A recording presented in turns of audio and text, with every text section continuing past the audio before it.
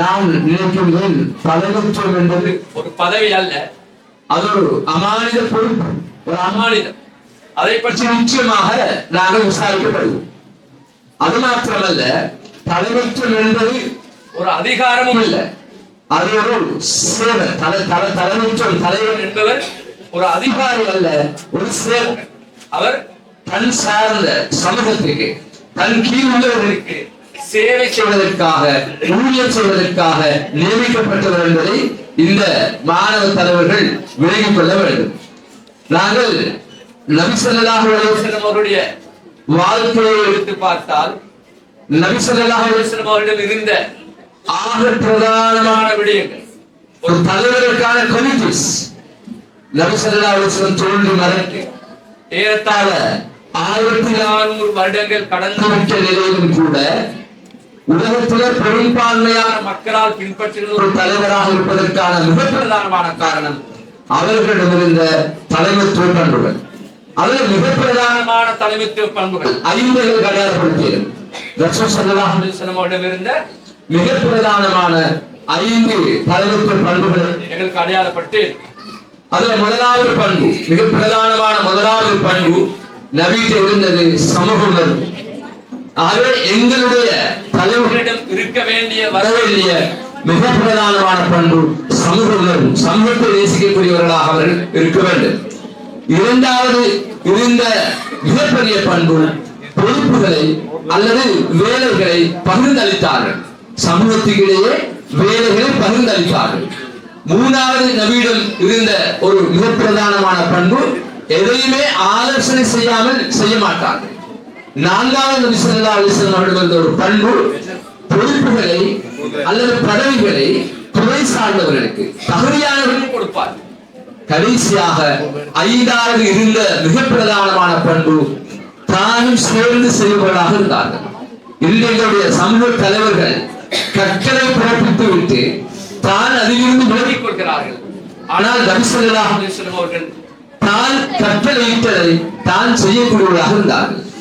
நான் நினைக்கிறேன் இந்த 5 குவாலிட்டிஸ், இந்த 5 பண்புகள் இந்த 35 மாணவர்களிடம் வர வேண்டும்.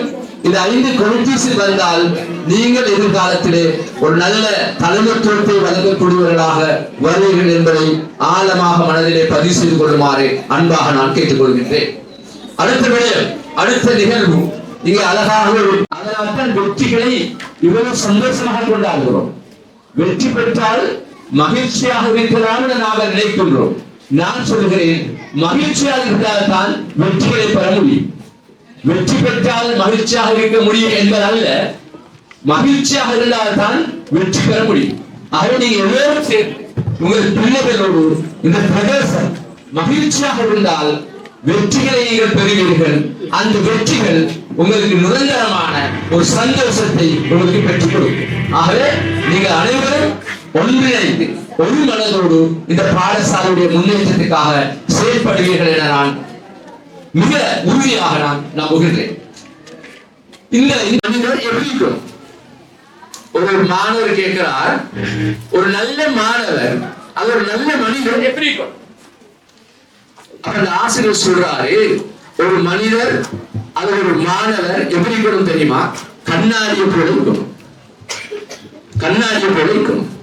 ஏன் கண்ணாடியை போல இருக்கணும்? கண்ணாடி ஒரு விஷயம் சொல்லுது. என்ன சொல்லுது? யார் கண்ணாடி முன்னால போய் நின்றாலும் அவருடைய முகத்தை அந்த கண்ணாடி காட்டும், யாரையும் அது பதிவு செய்து கொள்ளாது. கண்ணாடி முன்னால 1000 பேர் போய் நின்றாலும் அவருடைய முகத்தை காட்டும், கண்ணாடி யாரையும் பதிவு செய்து கொள்ளாது. ஆகவே நாங்கள் யாரையும் பதிவு செய்து கொள்ள வேண்டிய தேவைப்பாடு கிடையாது. ஒரு அறிவியம். இது தவிர கண்ணாடி இந்த 3 தத்துவங்களை சொல்லுது. எனக்கு 3 தத்துவங்கள். யாராவது கண்ணாடி முன்னால் போய் நின்றால் அந்த கண்ணாடி அவரை உள்ளபடி அப்படியே காட்டும். அவரை உள்ள குறைகளாக இருக்கேனும் அவருடைய நிறைகளாக இருக்கேனும் அது அப்படியே காட்டும். நிறைகளை கூட்டி காட்டை மாட்டாது, குறைகளை கூட்டி காட்டை மாட்டாது. நாங்களும் அப்படித்தான் இருக்க வேண்டும். எங்கள் முன்னால் நிற்பவர்களுடைய குறைகளையோ நிறைகளையோ உள்ளதை உள்ளபடி அவர்களிடம் சுட்டிக்காட்ட வேண்டும். முதலாவது தத்துவம். இரண்டாவது தத்துவம், யாரொருத்தர் கண்ணாடிக்கு முன்னால நிற்கிறாரோ அவரை அந்த கண்ணாடி பிரதிபலிக்கும். அவர் போனதுக்கு பின்னால இன்னத்தில் அந்த கண்ணாடி முன்னு நிற்பாரு. முன்னால போனவருடைய குறைகளை இவருக்கு கண்ணாடி காட்டாச்சு. விலகி கொடுங்க. நான் கண்ணாடி முன்னால் நிற்கிறேன், என்னுடைய குறை நிறைகளை என்னட்ட கண்ணாடி சொல்லும். நான் கண்ணாடியை விட்டு புரிந்ததற்கு பின்னால இவர் நலீஸ்வர் கண்ணாடி முன்னால வந்து நிற்பாரு. அவரிடம் முன்னால நின்று வாசிச்சதை பத்தி சொல்லலாம். இது கண்ணாடிய தன்மை. இதுதான் எங்களிடம் இருக்க வேண்டும். முன்னோர்களை பற்றி, அடுத்தவர்களை பற்றி இன்னொருத்தரிடம் பிரஸ்தாபிக்கின்ற, குறை சொல்லுகின்ற அந்த பண்பு எங்களிடம் இருக்கக்கூடாது. முன்னாடி கண்ணாடியில் ஒரு தன்மை இருக்கிறது. நான் கண்ணாடி முன்னால் போய் நிற்கிறேன், என்னுடைய குறை நிறைகளை கண்ணாடி சுட்டி காட்டுகிறது, என்னை விமர்சிக்கிறது. யாருமே கண்ணாடியை நோக்கி கல்லெறிவதில்லை. யாருமே கண்ணாடிக்கு கல்லெறிவதில்லை. அதே போன்று இந்த சமூகம் எங்களுடைய குறை நிறைகளை விமர்சிக்கும், பிழைகளை சுட்டி காட்டும். நாங்கள் அவர்களுக்கு கல்லெறியக்கூடாது.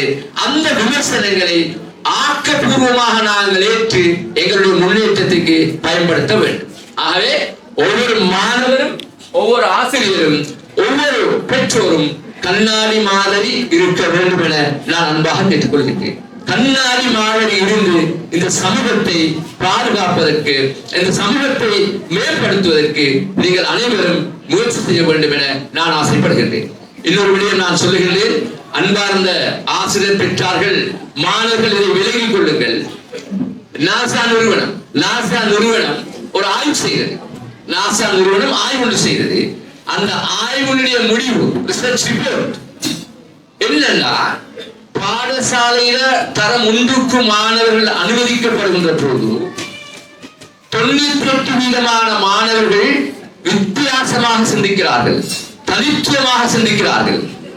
ஆனால் 13 வருடம் பாடசாலை கல்வி முடிந்ததற்கு பின்னால் அல்லது பல்கலைக்கழக கல்வி முடிந்ததற்கு பின்னால் அந்த கல்வி நிலையத்தை விட்டு மாணவர்கள் வெளியாகின்ற பொழுது 98% மாணவர்கள் ஒரே மாதிரி சிந்திக்கிறார்கள். 2% மாணவர்கள் தான் வித்தியாசமாக தனித்துவமாக சிந்திக்கிறார்கள். நாங்கள் சொல்கிறோம் அதிபரிடம் கேட்டால் சொல்லுவார், எங்கள் ஆசிரியர் எல்லோரும் ஒரே மாதிரி தான், எங்கள் மாணவர்கள் எல்லோரும் ஒரே மாதிரி தான். எங்கள் ஆட்சியாளர்கள் கேட்டால் சொல்லுவார்கள், இலங்கை மக்கள் எல்லோரும் ஒரே மாதிரி தான். ஒரே மாதிரி நாங்கள் சிந்திக்கின்ற நிலையில்தான் எங்கள் நாடு, எங்கள் தேசம் அபிவிருத்தி அடையாமல் இருக்குது.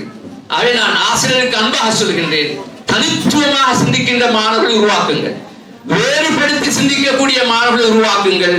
வேறுபட்ட சிந்தனைகள் வருகின்ற போது இந்த சமுதாயம் பல்வேறு திசைகளிலும் அபிவிருத்தி அடையக்கூடிய, மேம்பாடு அடையக்கூடிய சந்தர்ப்பம் கிடைக்கும். ஆகவே இத பெற்றார்களும் ஆசிரியர்களும் உள்வாங்கி உங்களோட மாணவர்களை, நீங்க பெற்றெடுத்த பிள்ளைகளை தனித்துவமானவர்களாக உருவாக்குவதற்கு நீங்கள் முயற்சி செய்ய வேண்டும் என நான் அன்பாக கேட்டுக்கொள்கின்றேன்.